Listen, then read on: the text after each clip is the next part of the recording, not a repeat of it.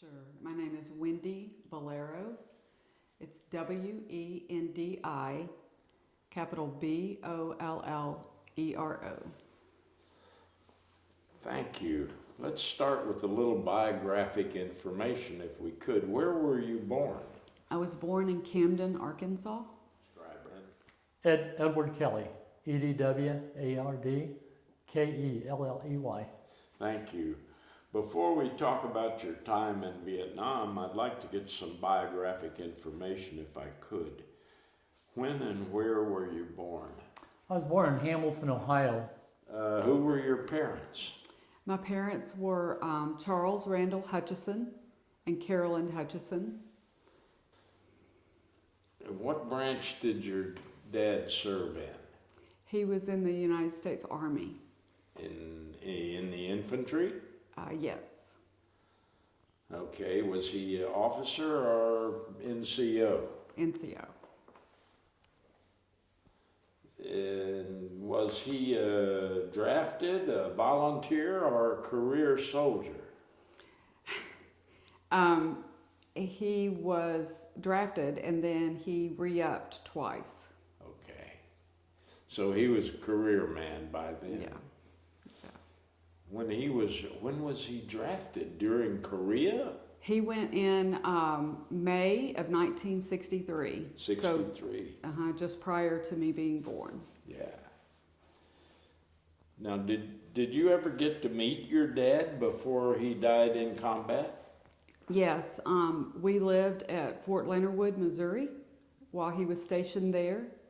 That was when I was a very small child. Right. And then I believe in 1965 is when he went over to Vietnam. And you were how old at that time? I would have been two and a half. So you I have don't no remember. memory at that time. No. What were you told about your dad? Did your mom talk about him much? Not that much, no. Yeah, it's very different. Most wives didn't talk to their kids about a fallen father. Right. No, there wasn't a lot discussed or talked about. So, most of what I have found out has been totally by me investigating. You had to go looking. Mm-hmm. Yeah. How did you come to enter the military? I planned it. I planned it when I was 14 in the 8th grade. I was going to fail out of high school and join the Army when I was 17. And is that what you did? Yes, it is.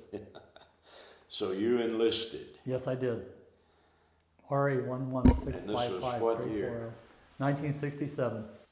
Now, how old are you as you head off to Vietnam? 18. They assigned me to Quin Yon, to the 240th Quartermaster Battalion in Quin Yon. I and 5 others, I believe, total out of the bunch at the repo. And once you got to Quin Yon, what were your duties? My first day, I was taken out of battalion briefing and assigned to a pipeline detail, repair pipeline detail on Red Beach in Quin Yon. A pipeline had washed out to sea. So were you told much or anything about how he died, or? Not really. My mom and dad were divorced while he was over in Vietnam. So, they were divorced, so there wasn't anything. There wasn't any communication, No. really. And so nothing was ever said about him as me growing up or talked about. I just knew that he died in the service, but really didn't know a lot about that. And because they were divorced, his parents got anything that would have belonged to him. And we were estranged. We saw them maybe once a year. And so it wasn't They weren't going to give it to you. Oh, no, not absolutely not. So, like I said, it wasn't till I became an adult and things, things got started being posted on the internet and meeting veterans and talking with them and doing things like that and doing the investigation that I was able to find out much. And it's only been probably in the last 2 or 3 years that that I've been able to find out much. Just before dark, the people that had been up and down the beach all that day started disappearing. Sergeant Hutchinson saw this, and he said he knew something wasn't right.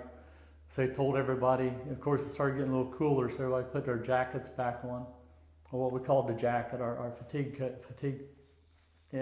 jacket. He told everybody, said, lock and load and sling your rifles. He said, and be on the lookout. And he looked at me and he said, where's your rifle?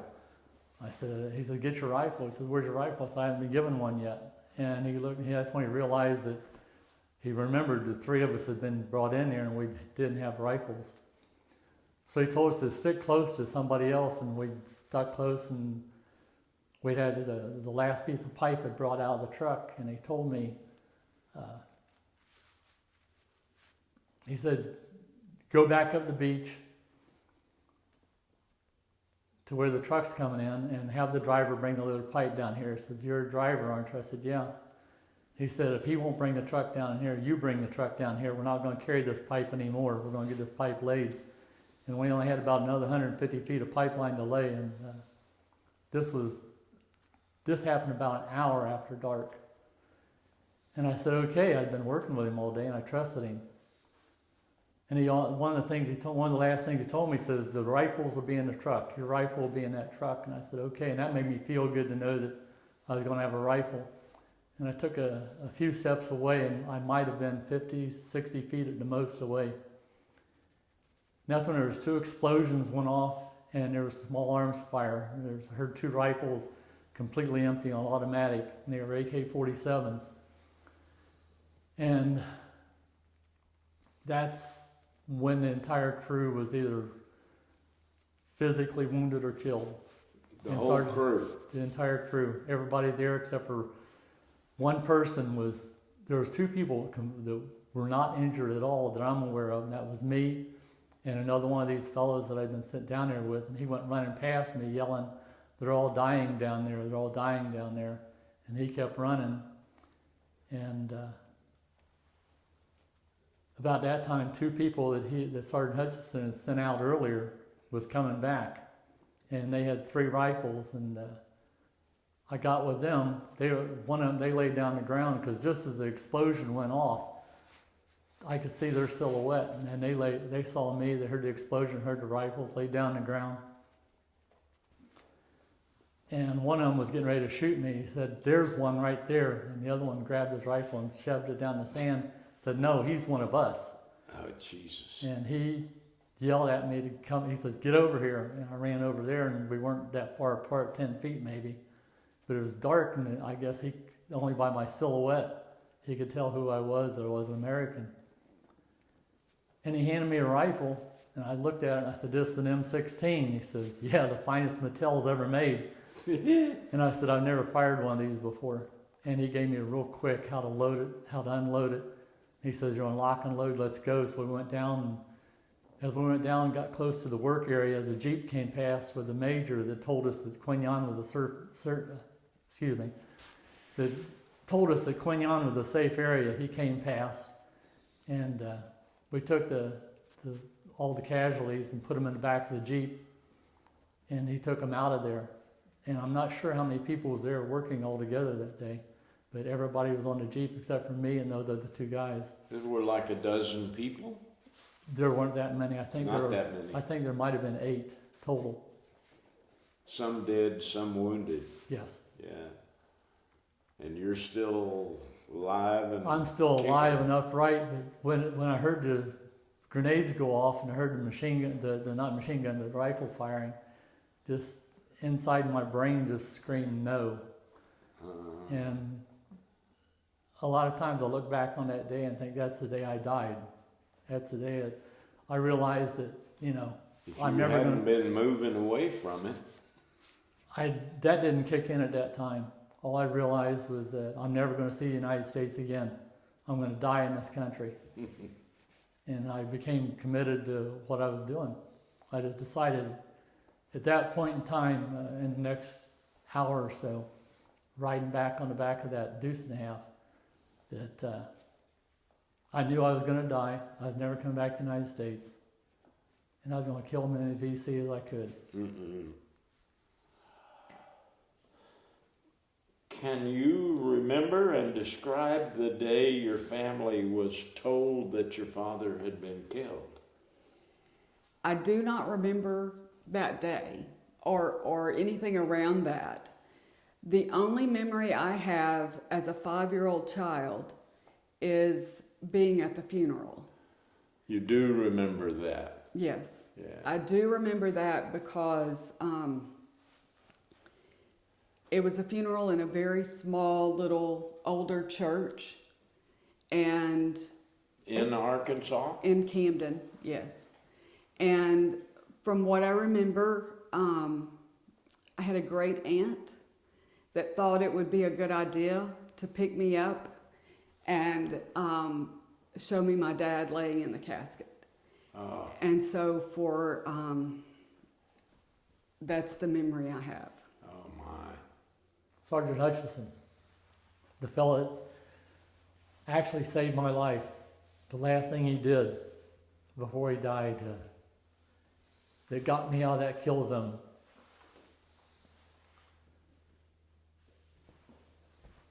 Four years ago, I found out his name. I had no idea what his name was. I was at one of those reunions, one of the gun truck gathering reunions, and John Porter, retired First Sergeant John Porter, went through the Caulfield connection or the Caulfield files and found for me Sergeant Hutchison's name. He was killed that He was killed night. that day, that night at 8:20 p.m. He found that name and it just felt so good to know his name. Finally be able to put a name to that person that is responsible for my being alive today. I found that out in about a year and a half later. Within a year and a half, 2 years, I'd started a couple of Facebook pages, one for the 134th Quartermaster, one for the 240th Quartermaster. And on the 240th Quartermaster page, I just wrote on there one day, Charles Randall Hutchison. I might even put Staff Sergeant. Thank you. I just felt the need to do that. And it felt good. I kind of wanted somebody to be able to see that. I don't know why I wanted somebody to see that. I don't know if I wanted them to see my gratitude toward him or what.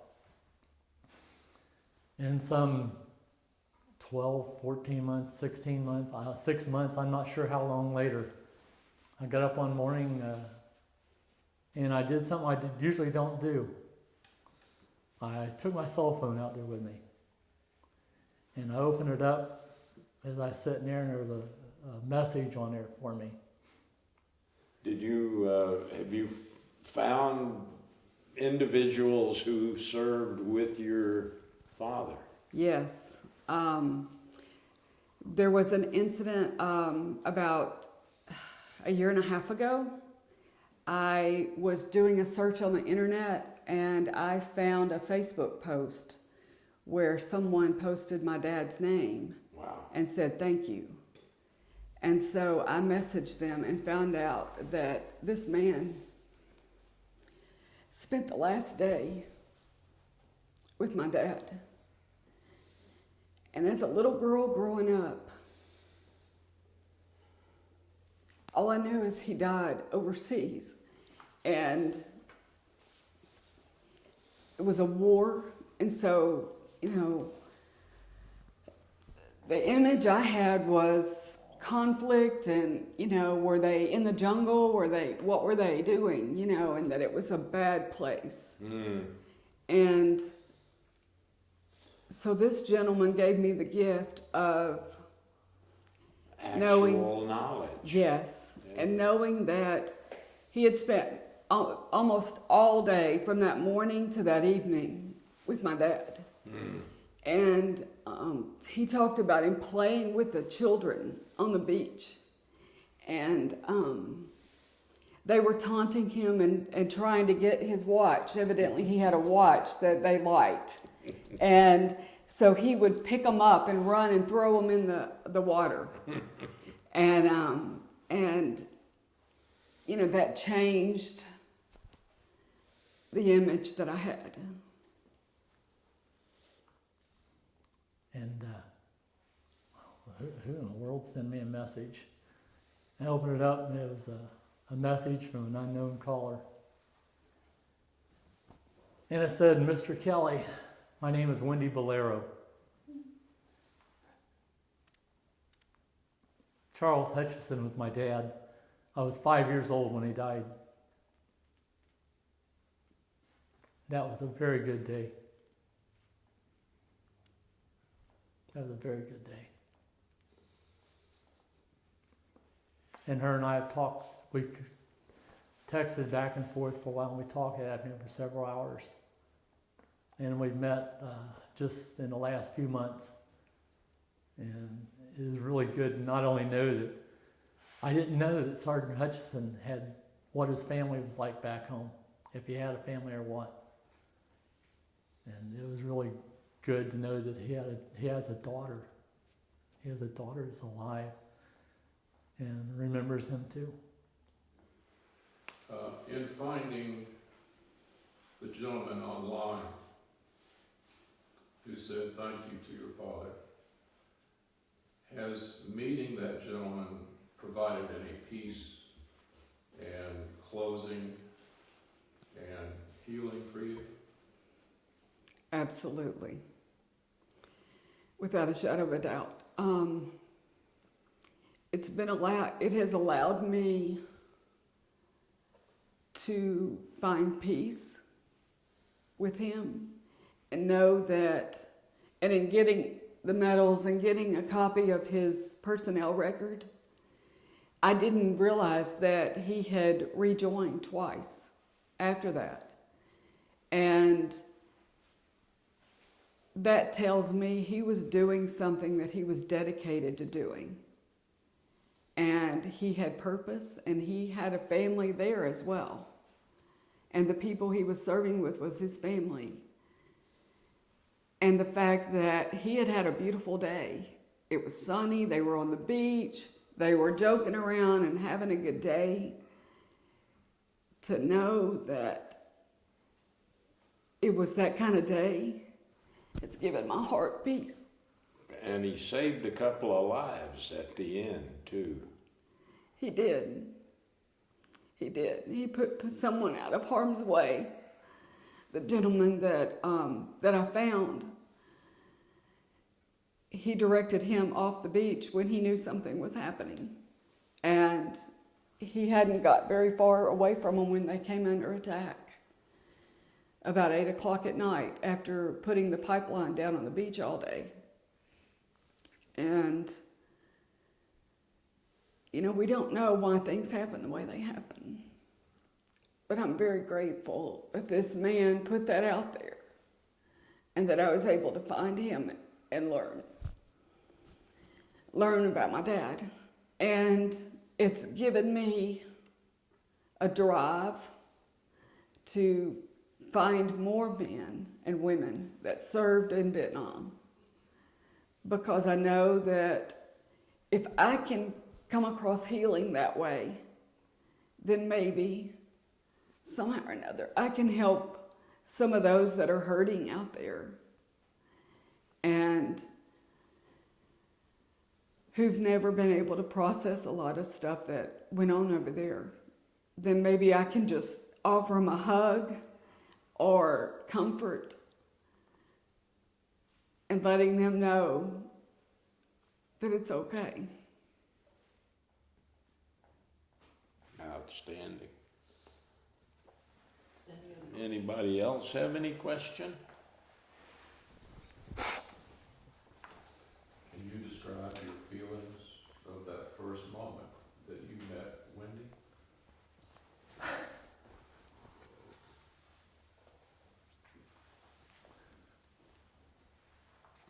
I was happy. When I first met her face to face, I was just so happy that here she was. And it's almost like reaching back through the years and being able to hold her. Did you experience any healing at that moment? I've experienced a lot of healing since the morning I got that text. A lot. It's like I told my sister I have a sister in Arizona, and I told her I sent her a picture of Wendi when we met, and I told my sister a little bit about the story. And none of my family wanted to hear any of my experiences from Vietnam when I got back, and if I started talking about it, they just wanted to well, that's behind you, just forget it. And I told my sister about Wendi and sent her a picture of the two of us together. And I've told her since then, I said, this has been a good healing process for me because by meeting her and her family, it helps me with a lot of baggage I've carried around for a lot of years. It's like it's a lot of that's gone.